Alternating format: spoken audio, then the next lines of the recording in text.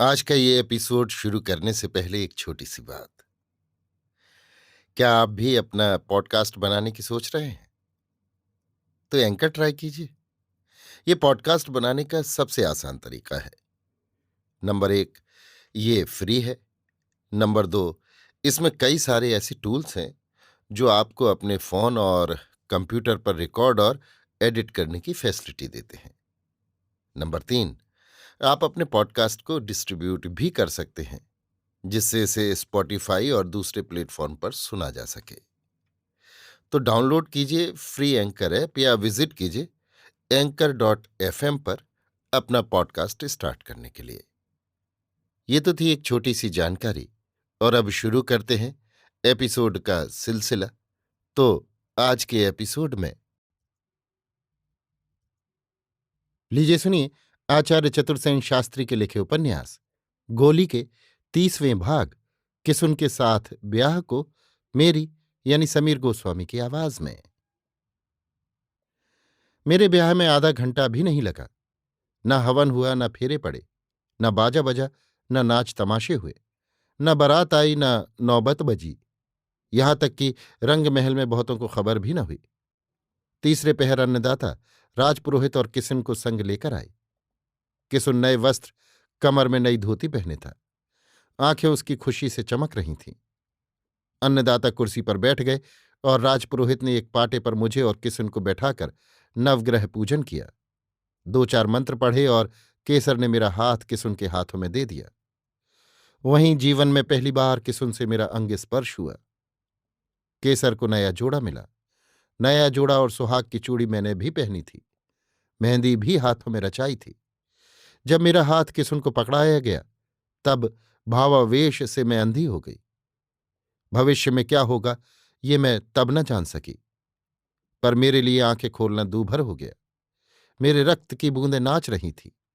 मैं सोच रही थी, हे भगवान, क्या सच मुझे मनचीता दूल्हा मिल गया है? पर मेरा नशा थोड़ी ही देर में उतर गया जब मेरी मांग में सिंदूर देकर किसुन, राजपुरोहित और महाराजा धीराज लौट गए। रह गई हम दोनों निरीह अभागिन नारियां। नहीं नहीं, नारियां नहीं, गुलाम गोलियां, केसर और मैं। भला हम गोलियां भी कहीं नारी नाम धारण कर सकती हैं? गोलियां जिनके जीवन, आदर्श और ध्येय सभी कुछ संसार की नारियों से भिन्न होते हैं, जो राजसुख भोगती हैं पर रानी नहीं होती, जिनके ब्याह होते हैं, पति होते हैं, पर वे उनकी पत्नी नहीं होती, उनके संतानें होती हैं पर वे उनकी माता नहीं होती। उनका धर्म पृथ्वी की सब स्त्रियों से जुदा है, जीवन जुदा है। वे एक नई ही दुनिया में जीती और मरती हैं। बहुत देर तक मैं अभिभूत सी गुमसुम बैठी रही। ऐसा लग रहा था जैसे आशा और आनंद की एक चिंगारी कलेजे में जलती है और बुझ जाती है। मन उछलता है और डूब जाता है। केसर भी गुमसुम थी। वो इधर उधर धरा उठाई कर रही थी। थोड़ी ही देर में किसुन आया। उसके अंग पर वे ब्याह के नए वस्त्र थे।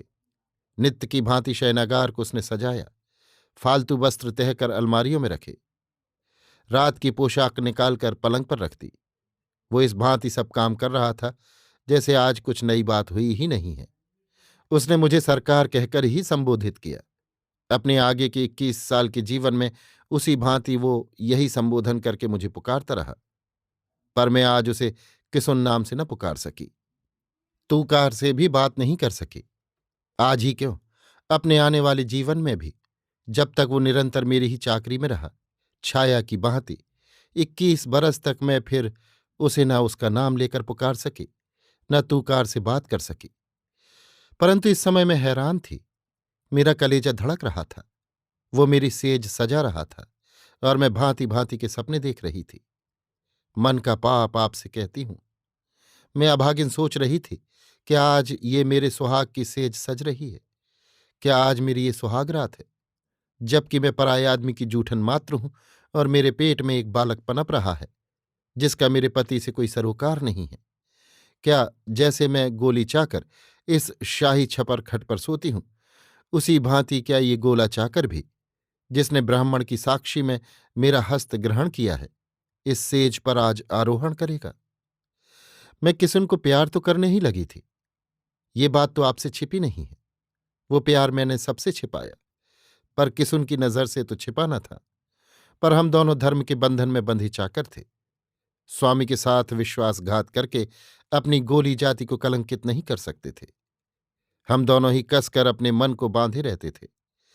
पर अब ब्याह होने के बाद, परस्पर पति पत्नी होने के बाद, क्या हम एक दूसरे को खुलकर प्यार कर सकते थे? एक दूसरे को आत्मार्पण कर सकते थे? क्या आज से वो मेरे साथ पति की भांति व्यवहार करेगा? मुझे उसकी कोठरी में जाना होगा या वही मेरे महल में रहेगा?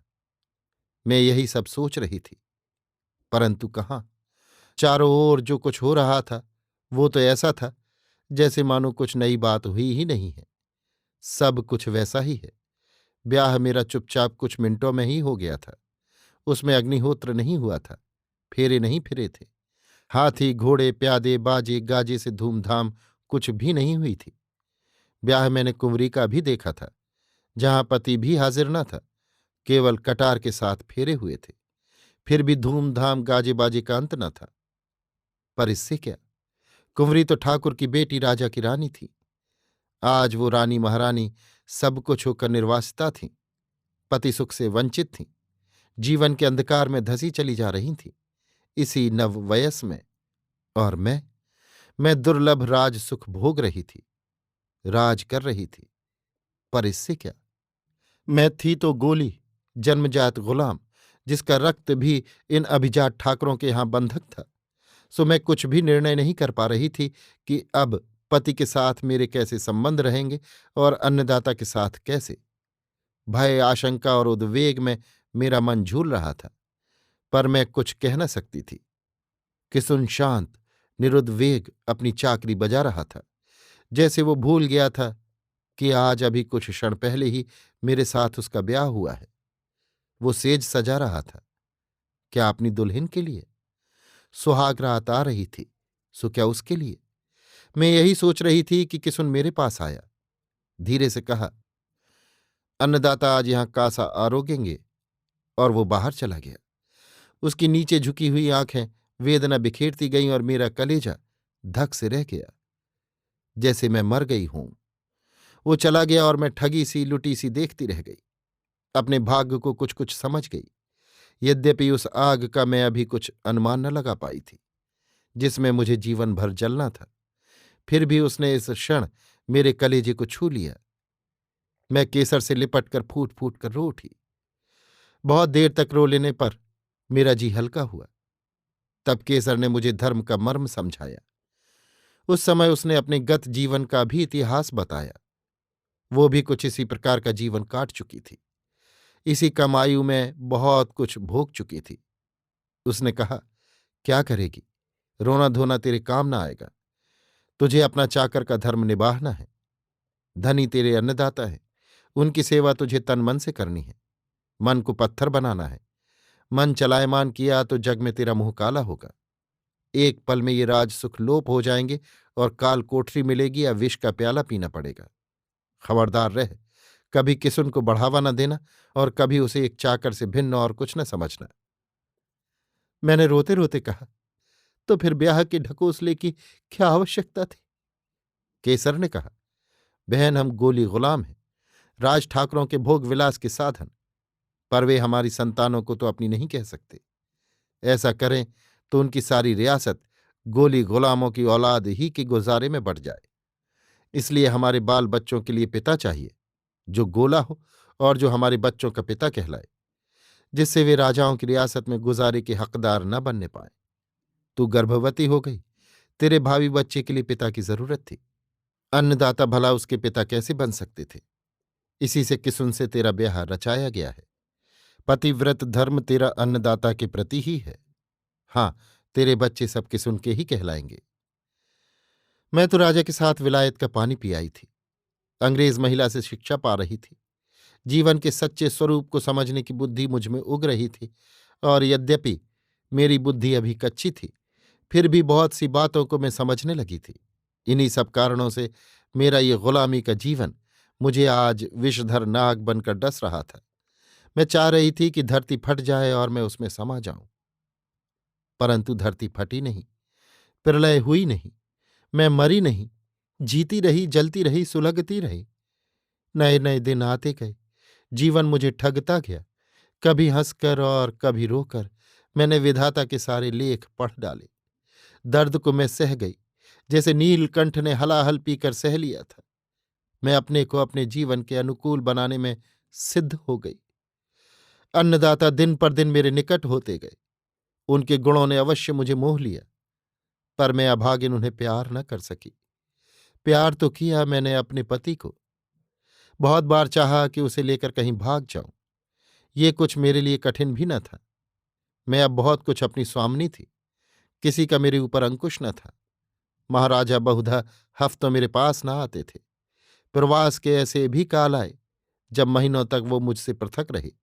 मेरे ऊपर कोई पहरा न था, मैं आसानी से भाग सकती थी। पर मैं तो नींव के पत्थर की भांति वहां से डिगी नहीं। महाराज मेरे निकट होते तब भी, और महीनों हफ्तों दूर रहते तब भी। किसुन तो मेरे निकट ही चाकरी में रहता था, फिर भी न मैंने न उसने एक बार भी कभी अपनी मर्यादा के बाहर कदम रखा। कैसी विचित्र थी ये मर्यादा! मुझसे अधिक उसकी, जो मर्द था, तरुण था, और मैं जिसकी विवाहिता पत्नी थी। हमें एकांत की लंबी और सूनी रातें मिली। दुख दर्द के दलदल में हम एक साथ रहे, हास परिहास भी हमने किए। और प्यार का सागर तो सदा ही हमारे दोनों के मन मंदिर में लहराता रहा। पर कभी एक बार हम नहीं डिगे।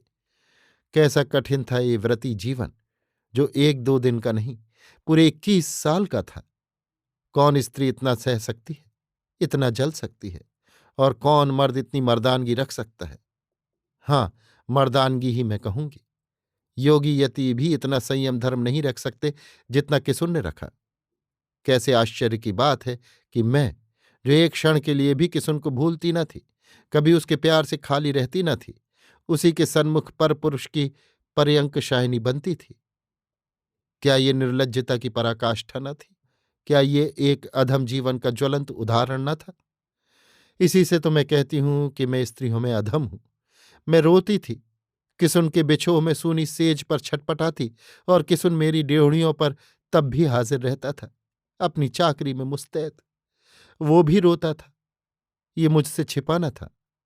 आखिर हाड़ मांस का ही तो शरीर था, वज्र तो नहीं, पत्थर तो नहीं। पर हम अपने सेवक धर्म में बंधे चुपचाप अपनी अपनी आग में जलते थे। न मेरे आंसू उसने कभी देखे, न मैंने उसके। पर जैसे मैं उसकी जलती भुनती निश्वासों को संजोकर अपने मन में रखती थी, वैसे ही वो भी रखता था। मेरे मन का प्यार वो जान गया था, और मैं उसके मन के प्यार से सराबोर थी। पर कभी एक बार भी तो हमारे होठों में वो प्यार मूर्त न हुआ। ऐसे ही हमारी जवानी के उमड़ते हुए 21 बरस बीत गए, पूरे 21 बरस। अभी आप सुन रहे थे आचार्य चतुर्सेन शास्त्री के लिखे उपन्यास गोली के 30वें भाग किसुन के साथ ब्याह को, मेरी यानी समीर गोस्वामी की आवाज में।